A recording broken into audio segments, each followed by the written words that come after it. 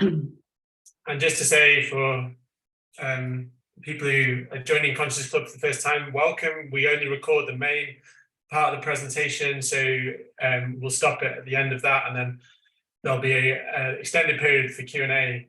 So we go for an hour and a half, give us a bit more of a relaxed session, plenty of time for discussion, but that discussion part won't be recorded, so feel free to unleash in that half hour.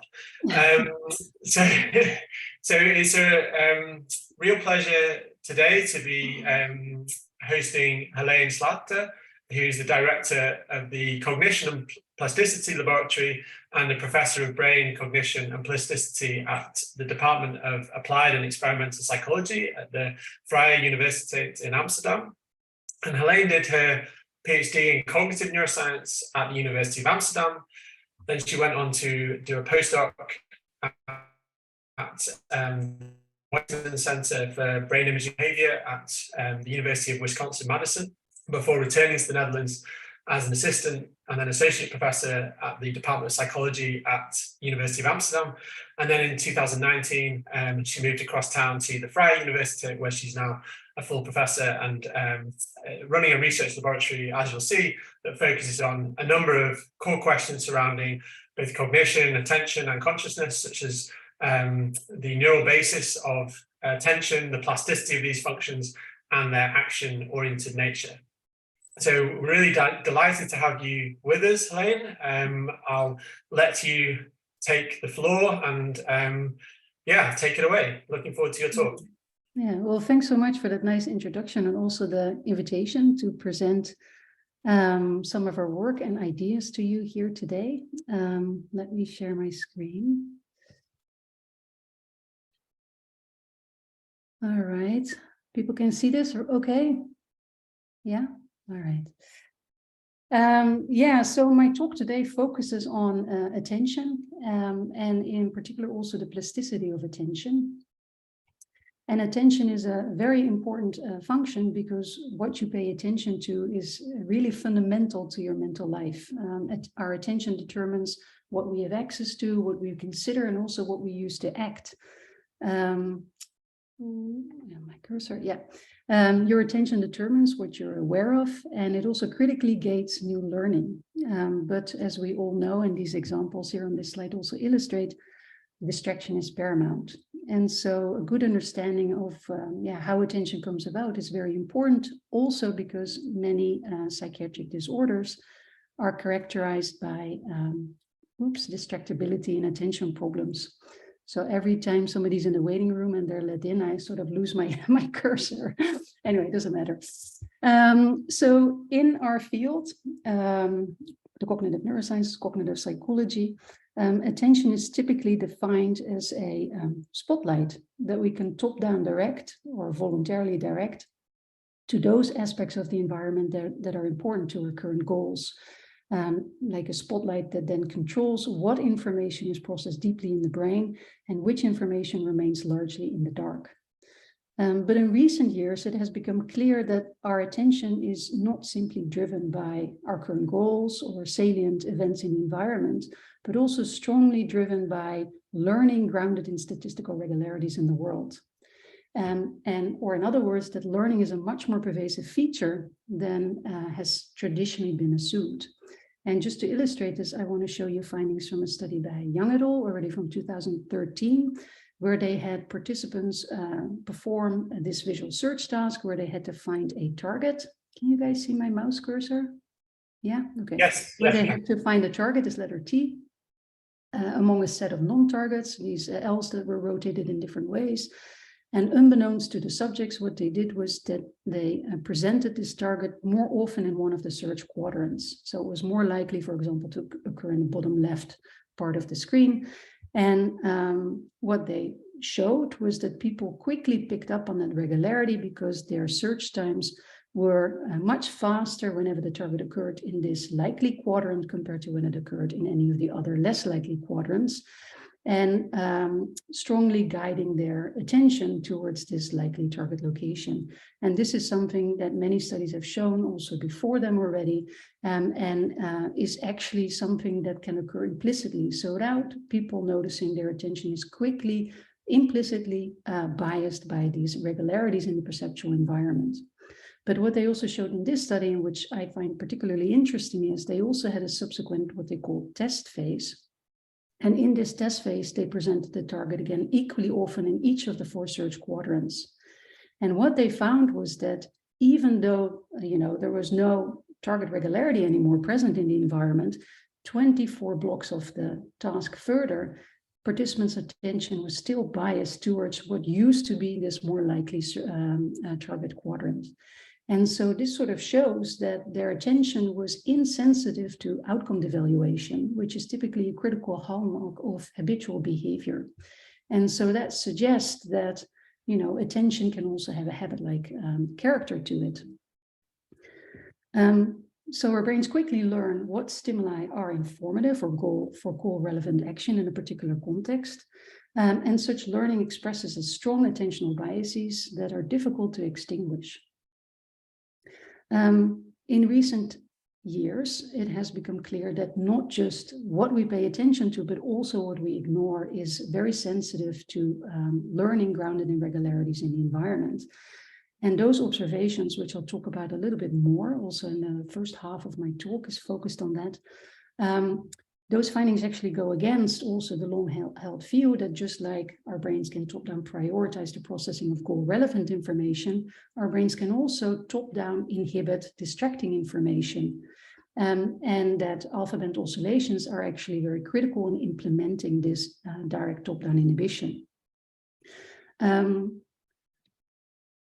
So it was pointed out also already in a nice overview by Foster-Knott, 2018, that there's actually very little support for this notion of alpha bands implementing active top-down inhibition, because the vast majority of studies that showed that distractor foreknowledge leads to changes in pre-stimulus alpha band activity over regions of the scalp that represent the to be inhibited information. They typically use bilateral displays, such that when you have distractor foreknowledge, for example, you know where it's going to appear, automatically also entails that you know something about the target. So these changes in pre-stimulus alpha band activity could also simply reflect attending away or secondary inhibition related to attending away.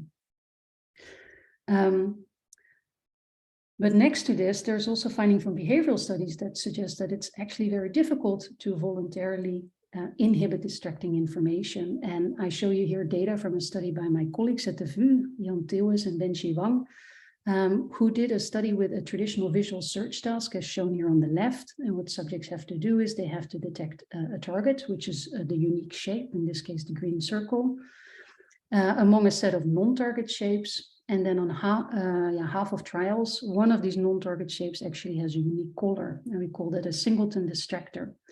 And what many studies have shown is when a singleton distractor is present, it's such a salient signal, it automatically captures your attention, which slows down your ability to find the target stimulus. And what they did in this particular study was present subjects with a cue before the onset of the search display that informed them about the upcoming likely location of the distractor. And what they found was that subjects could not use this information right away to prevent attentional capture by the salient distractor, because they were equally slow in trials where this distractor cue was valid, as in trials in which it was invalid. And so maybe this is sort of akin to the example of the pink elephant in the room. If I ask you to not think about a pink elephant in the room, then it's really difficult to do that. Because you have this active image of it in your mind that then guides how you attend to the world around you. So something similar seems to be at play here. However, what they found, and what also more and more studies have shown, is that if they simply introduced a regularity such that this singleton distractor could more often appear at one of these search locations, that brains quickly picked up on this regularity, and distractor interference was quickly reduced in those trials where the singleton distractor in fact occurred at this high probability distractor location, compared to when it occurred at the other low probable distractor locations. So statistical regularities in the environment also appear critical for our ability to ignore distracting information. And it's not just learning about where distractors can likely occur. There's also many studies that have shown learning about non-spatial features of a distractor, for example, the color of the distractor, can also greatly reduce and even eliminate attentional capture. So statistical regularities in the environment strongly drive our attention, both what we attend to, but also what we ignore. And in the first part of my talk today, I want to talk about how such learning may shape our attention at the neural level. And then in the second part of my talk, I actually want to talk about the plasticity of attention and specifically talk about some ideas and work we've done with meditation, and in which we use meditation as a method to manipulate people's attention or state to see to what extent actually it is possible to sort of go against these learned biases. But I'll say more about that once we get to that part of the talk. Boy, there are a lot of people still entering the room. Can you guys also see all these pop-up messages whenever somebody enters the room? Yeah, we're letting people in as they come. It's fine. It should calm down a little bit now. It's talking about salient distractors. Yeah, I know. Thanks for that. No, welcome everybody. It's great to have a big audience. All right, so in the first part of my talk, I want to focus on how at the neural level, learning from regularities in environments shapes what we attend to and what we ignore. And there is, in fact, already there are quite some studies that have looked at how stimulus likelihood, so regularities, and stimulus relevance, so attention, may interact in biasing sensory processing. For example, Peter Kok, who's also in the audience, has done some work on this, and that work shows that when a goal-relevant stimulus is likely to occur, that then the sensory representation of that information is much stronger or sharper already prior to the presentation of that stimulus, in line with this notion of a pre-stimulus attentional or sensory bias. But to what extent predictions about goal-irrelevant information actually affect distractor processing was less clear. And a few years ago, we published a review paper in which we discussed different possibilities. So one possibility is that whenever a stimulus is predictable, regardless of whether it's goal-relevant or irrelevant, the brain may more sharply represent it in its pattern of brain activity, because in the case of distraction, that would then also allow the brain to more quickly recognize distraction and more quickly resolve it. But it's also possible that expectations about distractor features actually lead to a downweighting of those neural populations actually that represent that distracting information, which would then subsequently effectively cancel out distractor processing. And yet another possibility is that there are actually no changes, representational changes, as a function of distractor learning, because why would the brain actively represent something in its patterns of activity, or actively suppress something when it has learned that information is not relevant to the task at hand? It can be safely ignored.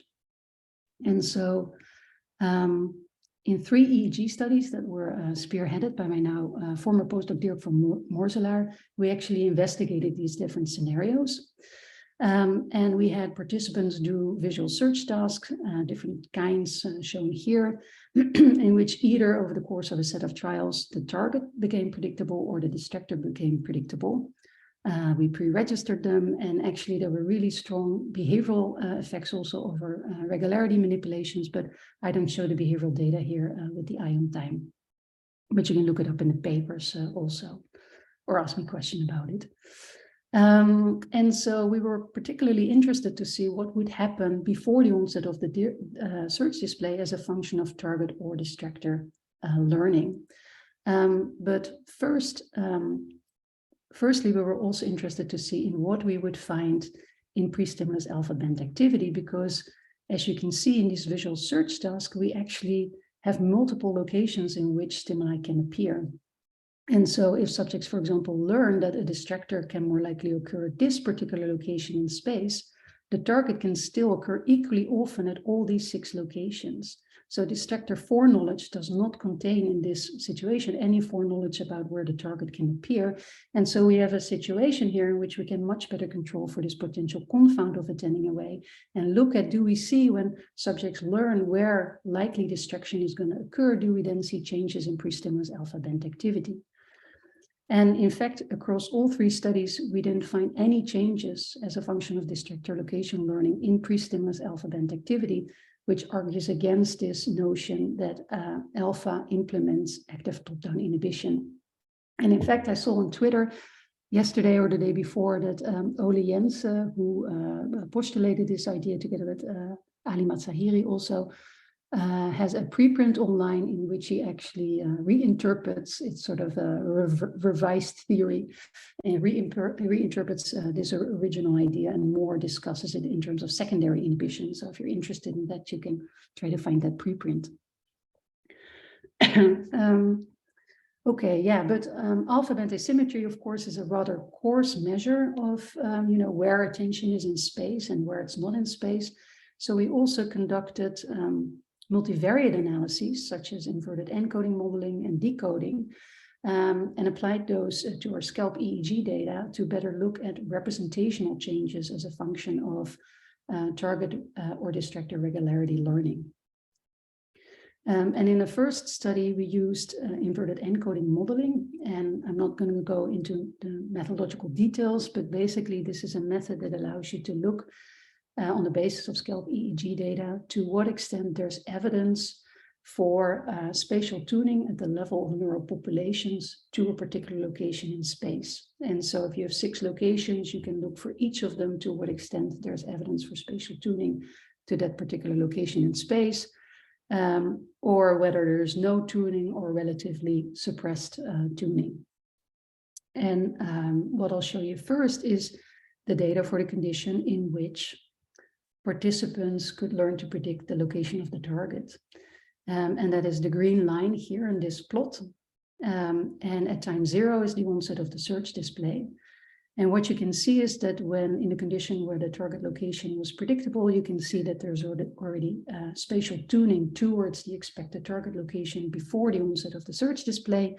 That's not there in the baseline condition where it was not predictable, in line with the notion that expectations can induce sensory biases towards that can then prioritize the processing of goal-relevant information. But what do we see for the condition in which the distractor location became predictable? And I guess the title of the slide has already given me away, but basically we didn't find any evidence for changes in neural tuning to the expected distractor location. It may seem as if there's a hint of negative tuning here, but that was statistically far from significant.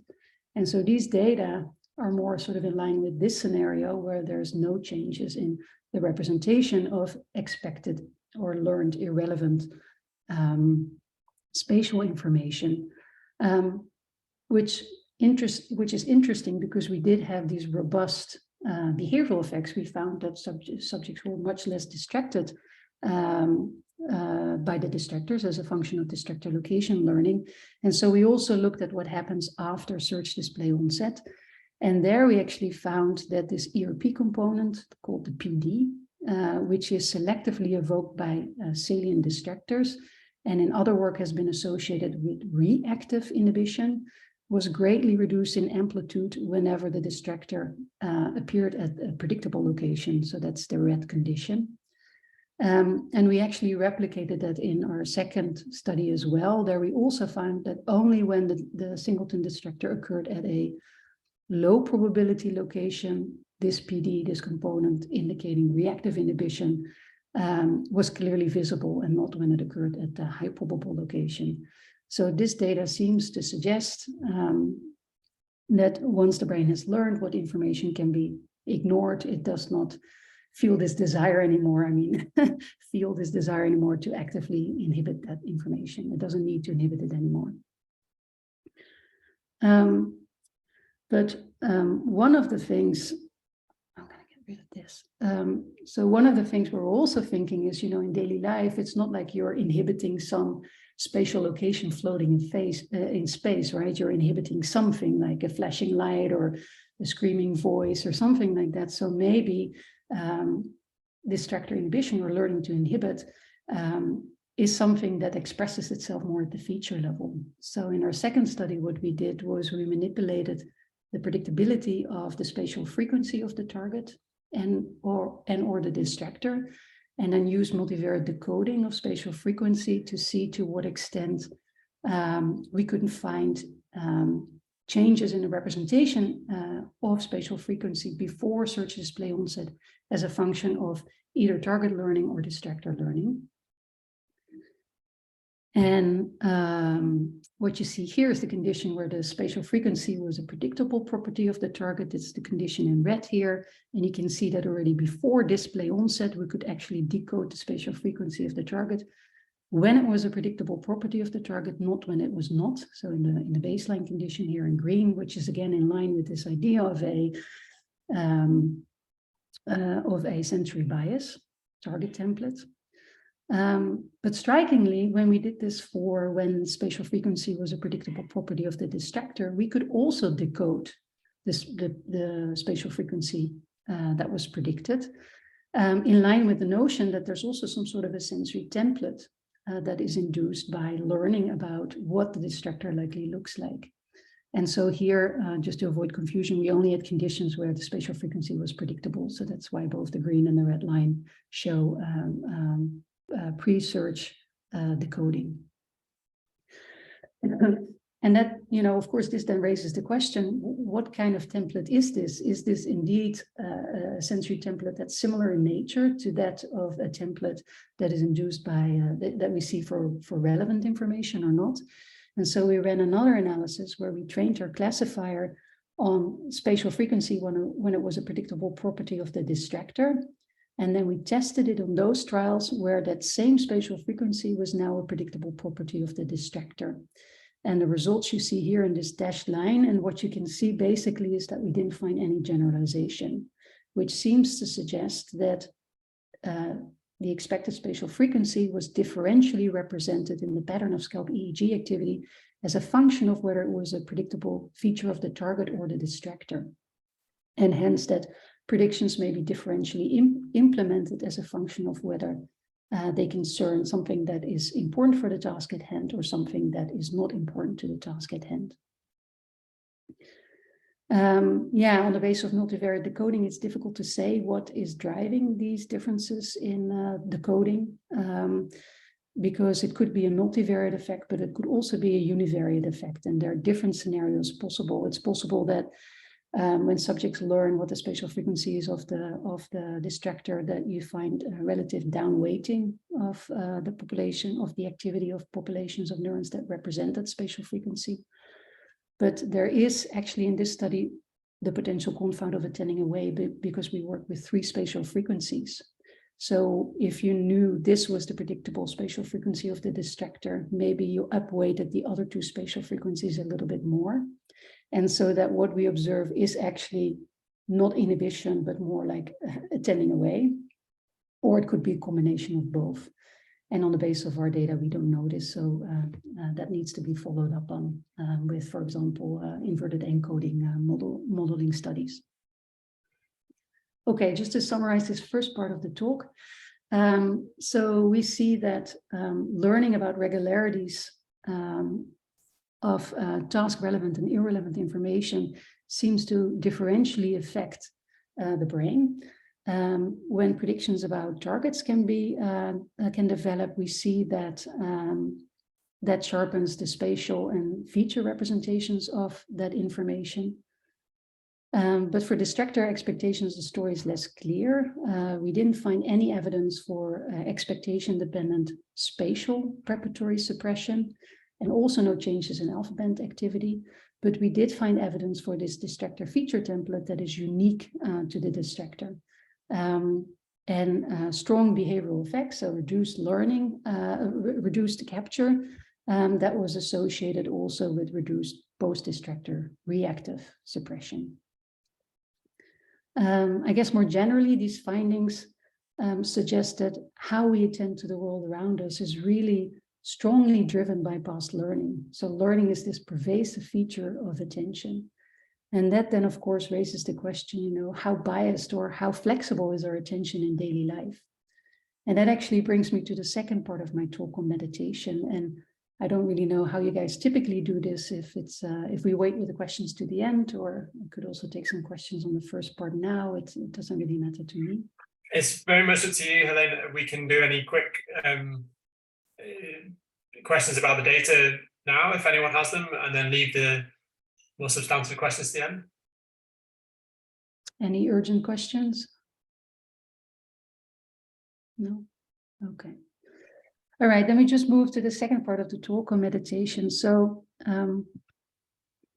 many meditation styles involve training of attention.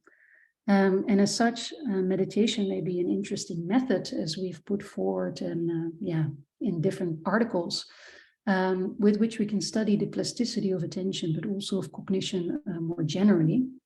But it's important to note that many meditation practices actually do not involve training of regular attention, but of training attention in non-regular ways, as non-selective. And in some meditation practices, one should actually drop attention and any regular cognition, for that matter, altogether. Because the aim is to have practitioners rest their awareness in the present moment, unaffected by what just happened or what may happen in the future, or in other words, unbiased by past experience, by past learning.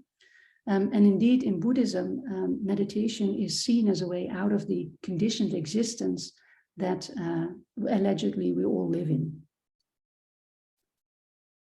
And so in a recent paper, together with my former postdoc, Ruben Laukonen, who is an assistant professor now in Australia, we put forward a theoretical framework that postulates that what meditation does is not enhancing our attentional capacities per se, but rather to cultivate modes of attention that can actually induce unlearning. What we call this many to none theory is actually grounded in the framework of the predictive brain, which shows striking parallels to Buddhist thinking. For one, in the theory of the predictive brain, learning is also a pervasive feature of all mental activity. And as such, also in this framework, our mental landscape is structured and conditioned by past experiences, just like in Buddhist psychology.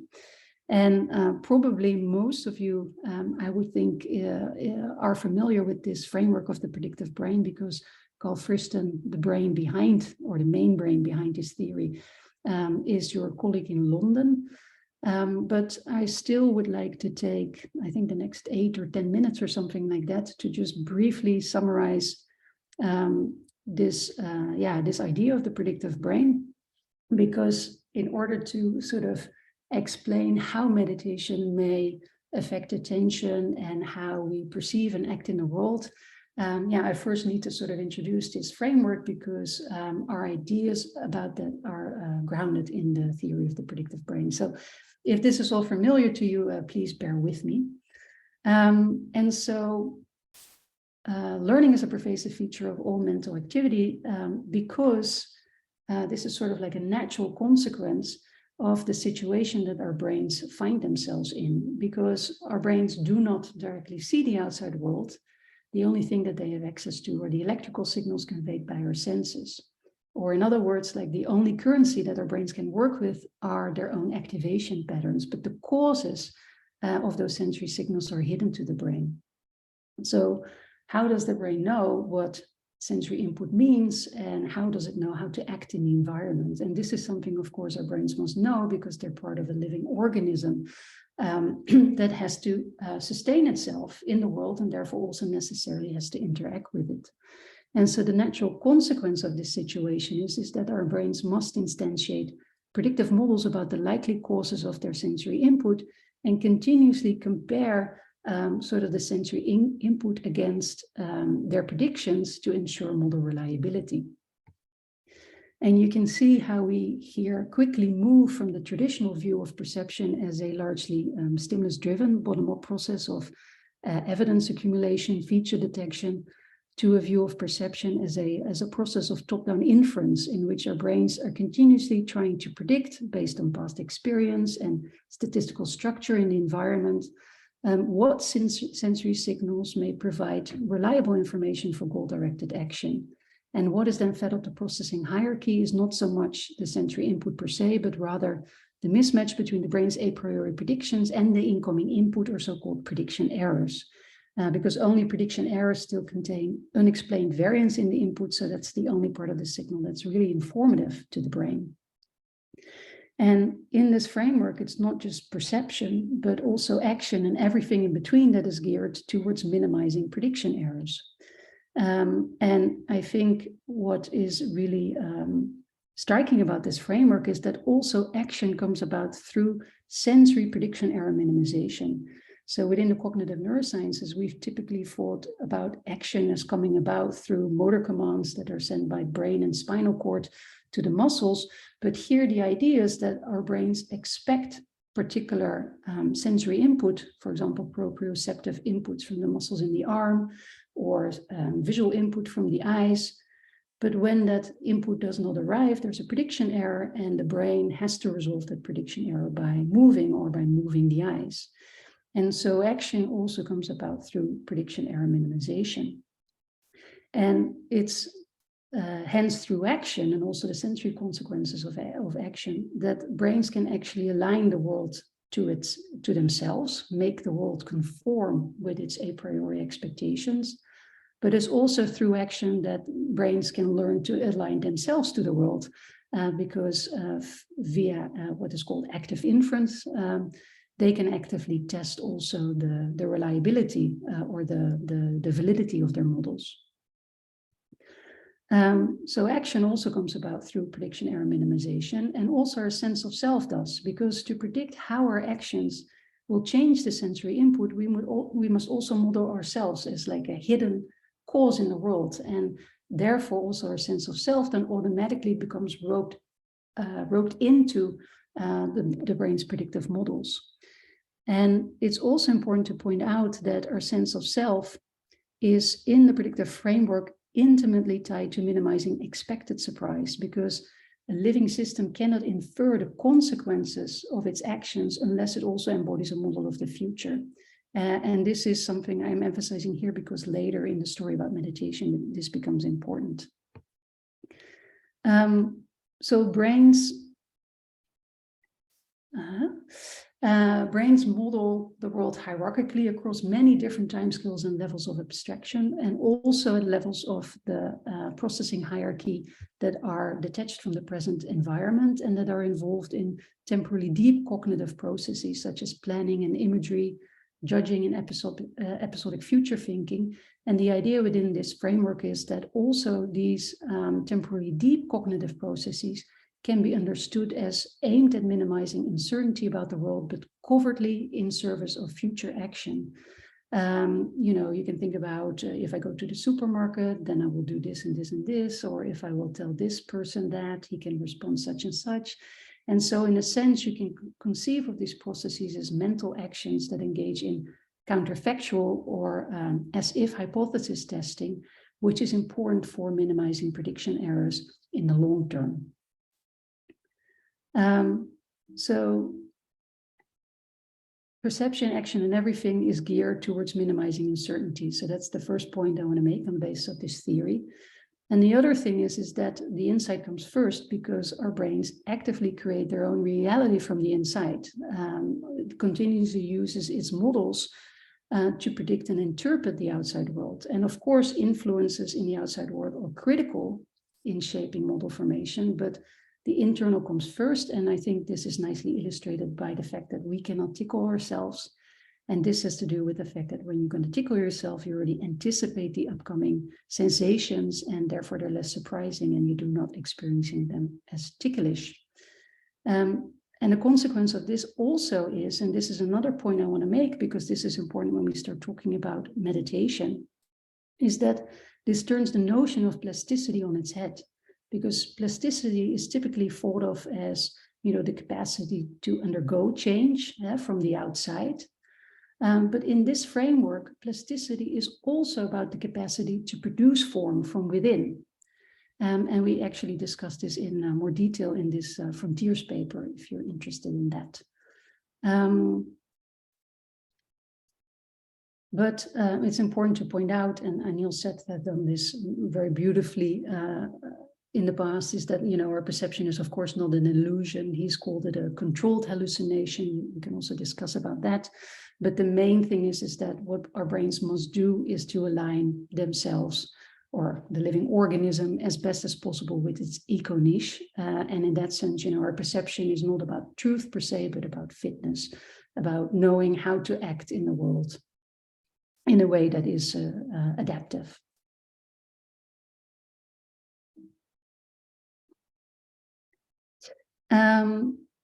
So the third point I want to make is that in this framework, learning is a pervasive feature of all mental activity, because past learning strongly drives the brain's that model formation. And so you can say that our mental landscape is dominated by models that in the past have reliably reduced uncertainty. And that learning is a pervasive feature of our mental activity, I guess, was sort of already demonstrated a little bit in the first half of my talk, where we talked about learning as an inherent feature of attention. But there's also many other examples we can give about other aspects of mind. For example, when it comes down to perception, I really like this example of the hello face mask illusion, where you see this hello face mask that rotates around its axis. And whenever you think you're going to see the inside of the face, suddenly it just pops right back at you. And so you really never get to see the inside of the face. And why is that? Well, for one, this is because, you know, in the natural world, we never really see faces from the inside. So we don't really have a strong prior or model for that. But another factor that really ropes into this illusion is the fact that over the course of our lifetime, we've also learned that light typically falls from above, and the way the shadows are cast on the inside of the face just makes it appear convex. And therefore, you do not see the inside of the face. So this too shows how regularities can also strongly drive our perception.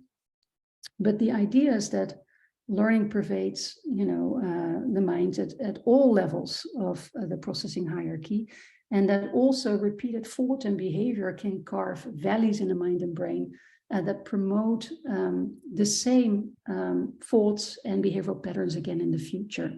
And this is a process that was recently coined canalization by Garhard Harris and also Friston. And I think it's very nicely illustrated by this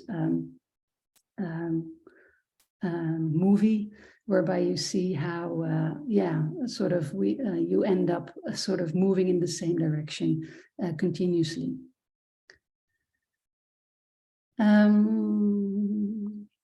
Okay, so, well, of course, a mind grounded in past experience is very adaptive because it aligns us with our eco-niche. But it can also be maladaptive. For example, you know, if the environment changes or models are too deeply carved. And so predictions must be flexible to some extent. And there must be some balance between internal and external influences. And this actually brings me to the last point that I want to make on the basis of the notion of the predictive brain, and that is namely on attention.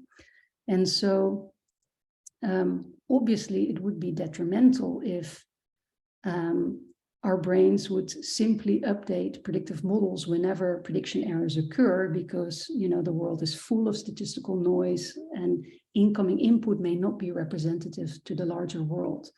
And so somehow the brain also has to deal with statistical volatility and predict the precision or the reliability of sensory evidence of prediction errors. And that is not only the upcoming sensory input needs to be estimated, but also its precision, which is a second order prediction. And as Carl Friston has put it, there are only two sorts of things that need to be inferred about the world, namely the state of the world and uncertainty about that state. And just to illustrate this with an example, if you use the bathroom at night and you see your red chair, but it looks orange, it's very unlikely that you'll update your image of that chair to it being orange, because you know, the sensory input is low definition, it's noisy, so the prediction error is given less weight. And so this process of precision weighting ensures that only prediction errors with high expected precision that are expected to provide reliable, high-quality sensory information can revise predictive models.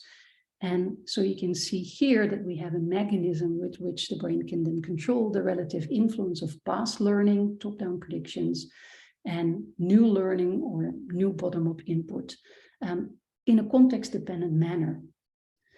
And it has been proposed that actually attention maps onto this process of precision estimation because attention has been shown to modulate sensory gain. And so that would suggest that this precision weighting can actually up or down regulate the amplitude of prediction errors. And what I find very interesting about this proposal is that if attention is conceptualized basically as the standard deviation of prediction errors, that also automatically ties in learning into attention, because the standard deviation, of course, is something that has to be calculated across multiple experiences. And it also aligns with the first part of my talk, because there we saw that prediction learning leads to more precise sensory representations, although only of objects that are informative to the task at hand. Just briefly, as a short detour, we also recently published a preprint online in which we actually manipulated contextual uncertainty, because the idea is that in more volatile environments, brains should be slower to pick up on predictive structure in the environment. It should be treated as less reliable. And actually, that's also what we found. So we found that our participants only learned to ignore a predictable distractor when it occurred in a more limited set of search environments. We also published a small commentary in which we talk about learning to ignore from the perspective of the predictive brain, for those of you who are interested in that. Okay, so this was sort of my summary of this perspective of the predictive brain. And what is interesting about it is that learning is a pervasive feature of all mental activity in this framework, which then calls it, raises this question again. So to what extent are our minds plastic? To what extent is our attention plastic? To what extent are we all biased to think and act in certain ways? Or are there ways sort of out of this conditioned existence? And this is something that is a question that has been asked in Buddhism a lot. And in fact, the claim there is that via meditation, that meditation is a way to sort of revert conditioned perception and action. And so in our paper, in our many to none framework, we build on this notion of the predictive brain to postulate that certain meditation practices can gradually bring the practitioner more and more into the present moment by progressively abating hierarchical and temporally deep predictive processing. And that therefore meditation may actually provide a very interesting method for studying the plasticity and automaticity of the predictive mind. And let me just talk you through our proposal, because our more specific proposal is that we can place 3 main styles of meditation on a continuum. And these styles of meditation are focused attention meditation, open monitoring meditation, and non-dual awareness meditation. And there are actually many kinds of meditation. Also, all sorts of practices that do not really fall under these umbrella terms. These are really umbrella terms. But these 3 styles of meditation you can find in all the major traditions of Buddhism, like Zen, Theravada, but also Tibetan Buddhism. And focused attention meditation, maybe most of you are aware with it, is a concentrative style of meditation where you focus your attention on one source of present moment experience, and that is typically the breath. So you focus your attention on the breath, and whenever you notice your attention is distracted, you just simply bring it back to the breath.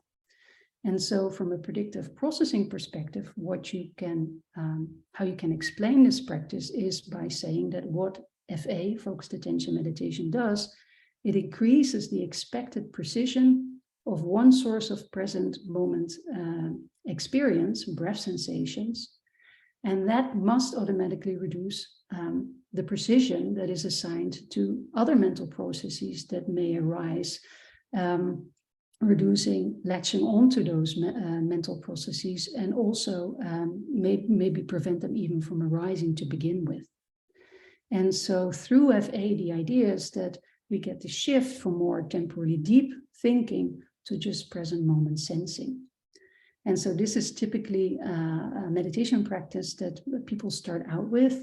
And, once sort of this mental landscape that is habitually very chatty and active is calmed down, by assigning or focusing your attention on this one source of sensory experience, oftentimes people move on to open monitoring meditation, which also sort of captures mindfulness meditation that maybe you're also familiar with. And so in this style of meditation, one drops any object of attention and you just simply note whatever arises in experience, whether it be a sensation, a thought, or a feeling, but without reacting to it, so without judging or evaluating it. So this style of meditation is thought to cultivate a form of non-reactive awareness, where you just simply note what's happening. In this non-selective mode, you can say, from a predictive processing perspective, any content of experience is assigned equal precision, but also consequently low precision in relative terms. And the idea is that in expert meditators, as this non-judgmental observing capacity increases, that the system may move more towards sort of an experience of pure sensing without evaluation.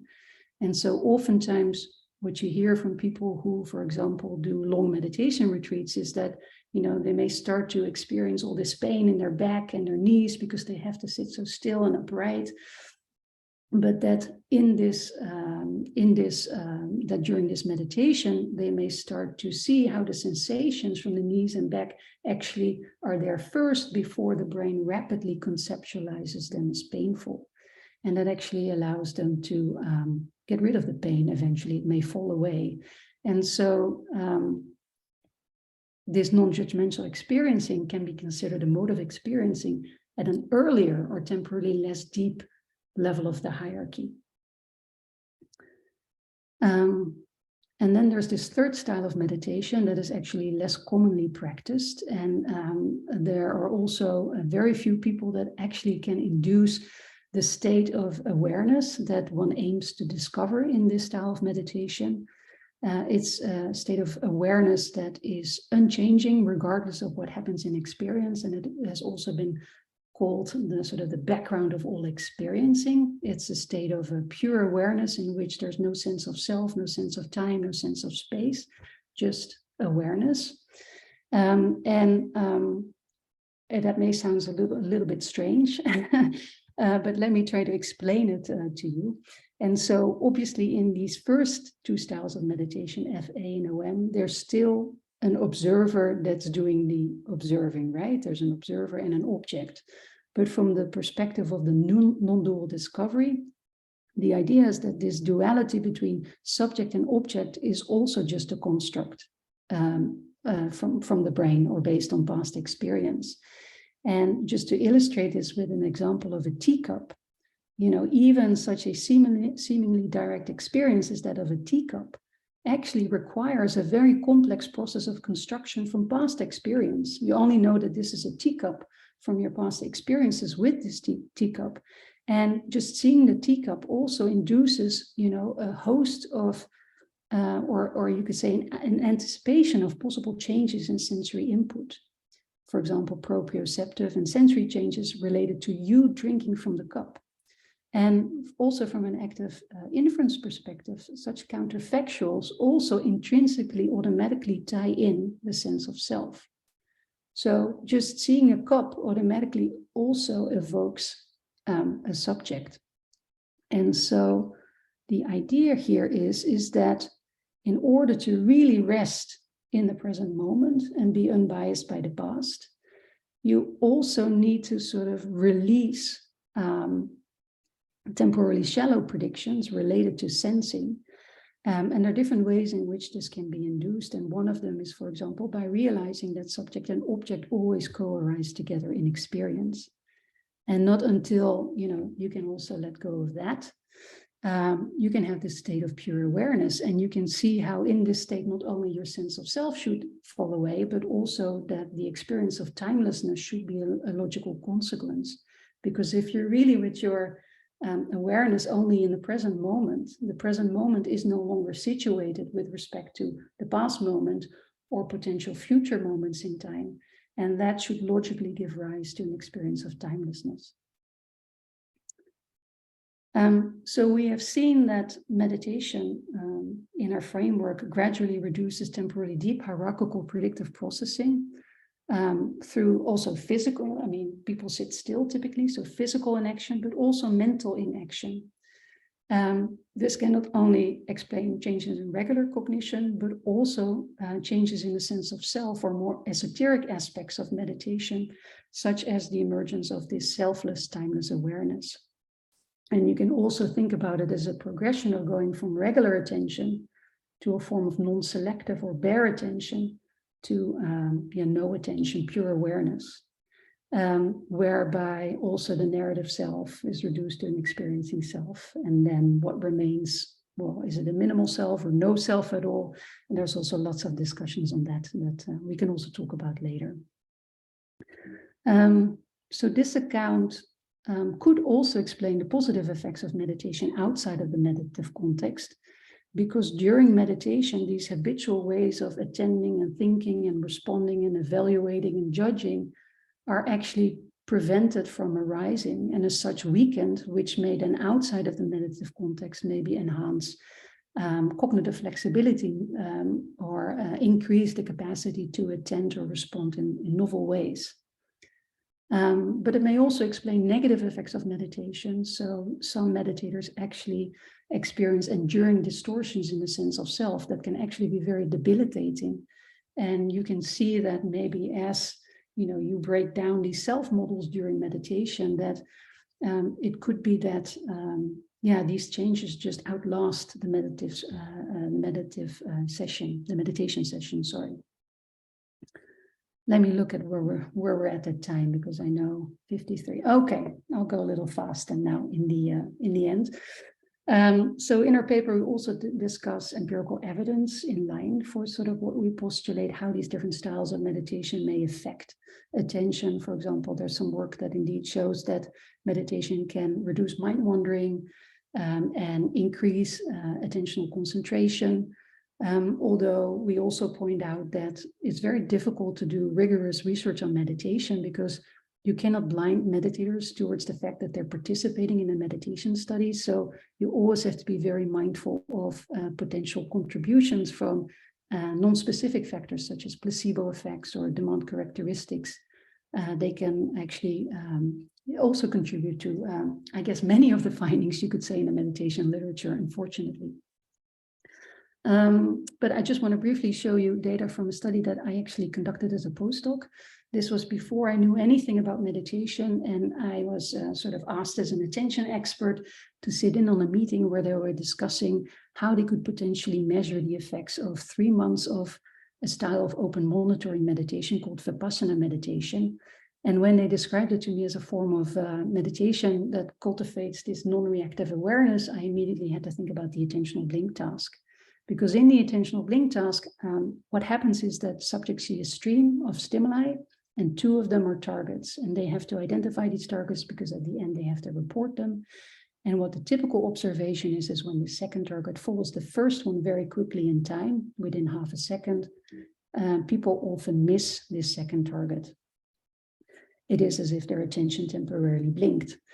And theories about the attentional blink typically state that you miss this second target. When you miss it, it is because you got attentionally engrossed into this first target. So somehow you got stuck with your attention on the first target.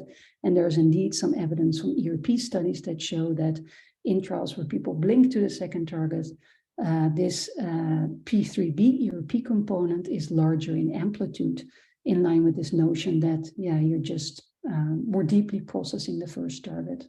So you're not there with your awareness or your attention to pick up on the second target. And so we had people who went into this 3-month meditation retreat to this task, and then we also had a control group who we also measured twice, who got less meditation experience. If you want to know the details, you can read the paper. And basically we found precisely what I had predicted beforehand, namely only the practitioners after 3 months in a meditation retreat showed this reduction in the attentional blink, so they more often saw the second target, and this was preceded by a reduction in the T1 evoked P3P. And across our participants, we saw that those participants who showed the greatest reduction in attentional clinging to the first target stimulus over time were also the ones who were able to more often perceive the second target. So these findings are in line with this idea that open monitoring meditation may increase present moment awareness by reducing attentional clinging to salient events. Currently in the lab, we're thinking about how can we study the effects of meditation during meditation, because of course, when people are in these deep meditative states, you cannot ask them to do tasks, because as soon as they have to start pressing buttons, they have to make judgments, they have to actually engage in active inference. And this is precisely not what we would want to happen. So one of the things we're doing now is we just started running a study in expert meditators with a no-report binocular rivalry paradigm. And binocular rivalry is very interesting because it's a phenomenon that if you present each eye with a unique stimulus, so a face to the left eye and a house to the right eye, typically what people see is not a mixed percept. They don't see a mixed face house percept, but they either see the face and then they see the house, and they just alternate between the two. And from a predictive processing perspective, the explanation is, well, you don't see a mixed percept because, well, first of all, we have this hyperprior that two objects cannot occupy the same location in space at the same time. But also, we don't really encounter ever face house percepts in daily life. And so therefore, you either see a face, but then the house input triggers a prediction error. The brain tries to explain the prediction error. So then, you see the house, but then the face triggers a prediction error. And so you keep switching back and forth between these two percepts. Interestingly, in a study by Olivia Carter, already from 2005, they found that expert meditators in a form of meditation called one-point meditation, which is a focused attention kind of meditation, reported that they could actually keep one of these percepts really stable over time, sometimes minutes long, which is in line with the idea that maybe what they can do is really enhance the precision of one sensory signal. But these reports were actually obtained afterwards to not disturb the meditative state, and there were self-reports. So, we don't know if this is actually what they did or whether they just reported it because they thought that's what the experimenters wanted to hear. So we developed this binocular rivalry no report paradigm, whereby we have two stimuli like this that flicker in different frequencies, and then we measure scalp EEG. And in the scalp EEG, you can get back signals at these specific frequencies. So if this one flickers at 14 hertz and this one at 70 hertz, you have two peaks in the EEG at these frequencies. And we know that when you attend to this stimulus, when you see this stimulus, power at that frequency is higher. And when you attend to this one, the power here is lower for that frequency, but higher for that one. And so what we did was we looked at to what extent we can use this flicker frequency in neural data to track what participants are saying. And this is something that other people actually have already done in the past, but we could also do that with our stimuli. You can see if there's a lot of power to one flicker frequency, the power of the other one is lower, and vice versa. And here that also corresponds nicely with the button presses. And in fact, indeed, if we just tried to calculate perceptual switch rate on the basis of the scalp EEG data and correlated that with the self-reported perceptual switch rate, we actually found a very high correlation. And we also found that when in the sort of blocks where participants were not reporting, we could also use this SSVP signal, it's called, to get an index of the perceptual switch rate. And so we're now testing this in expert meditators. while they look at these stimuli. They don't have to report during these two different styles of meditation, FA and OM. And the idea is that maybe during FA, they can lengthen percept duration. And during OM, perhaps switch rate actually increases because neither of the signals is assigned any precision, or maybe we see a fusion of the two stimuli. So that brings me to the end. So we talked about how attention is a pervasive feature of, how learning is a pervasive feature of attention, and how meditation may be a method to study and modulate the plasticity and automaticity of attention, or of the predictive mind more generally. I think, experience and training have a much stronger influence on our cognition than mainstream cognitive neuroscience typically assumes. And actually, Helmholtz already said it may be impossible to completely and sufficiently demarcate how extensive this influence really is in our natural lives. My point is that maybe meditation is an interesting method to get a better understanding of that. And then as a final point, how you pay attention in the now can also really affect how you pay attention in the future. So be careful with your attention. And for that, I want to end this talk by thanking all the people that contributed to the ideas presented here today. And you, of course, for your learned attention. Thank you. Great. Thank you so much, Helene. So